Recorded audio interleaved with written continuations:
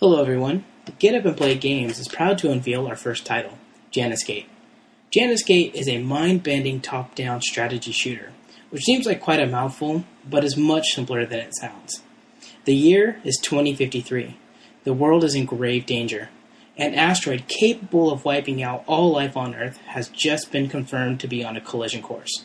With no way to destroy or reroute an asteroid of this size, the world's government turned to the scientific community for another shot. One man, Dr. Ein Hewen, has an idea. If he could create a device that would open a gateway through space and time into other dimensions, mankind might be able to escape its fate by evacuating to another world or even another Earth. The project was codenamed Janus Gate, after the Roman god of transitions and time. Dr. Hewen was given all the resources and support the world could muster and left him to his work. But unknown to him, an opponent of the project was already planning to stop him. Due to a sabotage by this unknown opponent, the project has gone wrong and created dimensional rifts in space and time that must be closed before inhabitants of those dimensions can cross over into ours. The basis behind Janus Gate is that a scientific lab has split the space-time continuum, allowing clones from parallel dimensions to copy the movements and actions of the player.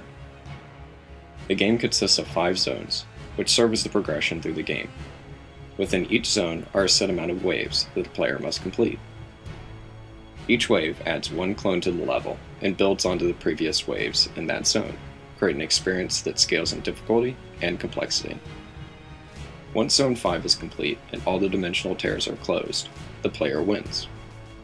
In Zone 1, the player starts out the first wave, alone, in a single room. The player decides to look around, spots a door at the end of the room, and heads for the door. When the player reaches the door, they are ported back to the start of the exact same room. This time, however, Wave 2 has begun, and now there is an enemy at the opposite end of the room that is going to mirror the same movements and actions the player made in the previous wave. Meaning, if the player ran in a zigzag to the door, then when the bot spawns, it will mirror the same zigzag pattern that the player made. The goal of the game is to progress through all of the zones and destroy the clones that are trying to make it to the player's entrance and escape the lab. If a bot makes it to the player's entrance, then it's game over and the player loses.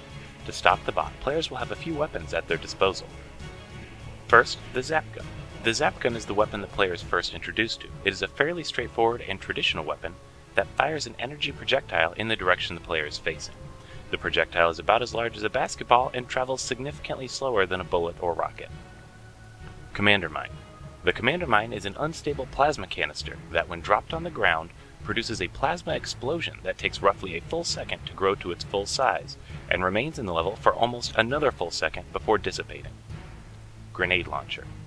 The grenade launcher will fire an explosive round that will bounce several times before coming to a stop.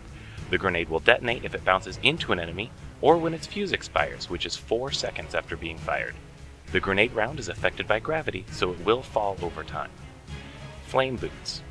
When the player fires the flame boots, the player character stomps, emitting a short-lived circle of flame around themselves. Then, for the next 4 seconds, the player leaves a trail of fire behind them that lingers and destroys clones. The player must take care not to walk through the flame trail, since the fire is just as deadly to themselves as it is to the clones. There are 5 playable zones in Janus Gate, each of these taking place in an individual room throughout the laboratory. Although this does not seem like very much space, you have to remember that each zone contains multiple waves, which gives the effect of a very extensive playthrough. Each zone is set within a different room in the scientific laboratory, and has a very futuristic feel and look to it, allowing the player to really get into the Janus Gate project while they're playing through. Zone 1 is fairly simple and very open. It allows the player to get the feel for the controls and the game mechanics. Zone 2 is a bit larger with a warehouse feel to it. It has 2 platforms on either side with ramps leading down to the center, and allows the player to utilize choke points. Zone 3 becomes a little more exciting with a large chasm of waste that can only be crossed by a bridge in the center of the zone.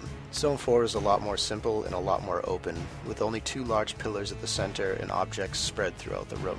The final zone, Zone 5, is a very large oval-shaped hallway that the player will have to navigate from one end to the other in order to get to the goal. As you can see, Janus Gate has some engaging mechanics that challenge the player with the action of a traditional top-down shooter, and adds a unique tactical strategy element not present in most conventional action games.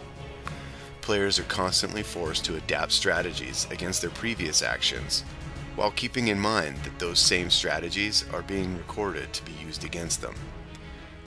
The mechanics present a circuitous and chaotic game that promises to deliver a captivating and challenging experience. The team has embraced this project with a passion for creating something distinctive and intriguing, and it's our hope that you share in our excitement. This concludes our presentation. Thank you for watching.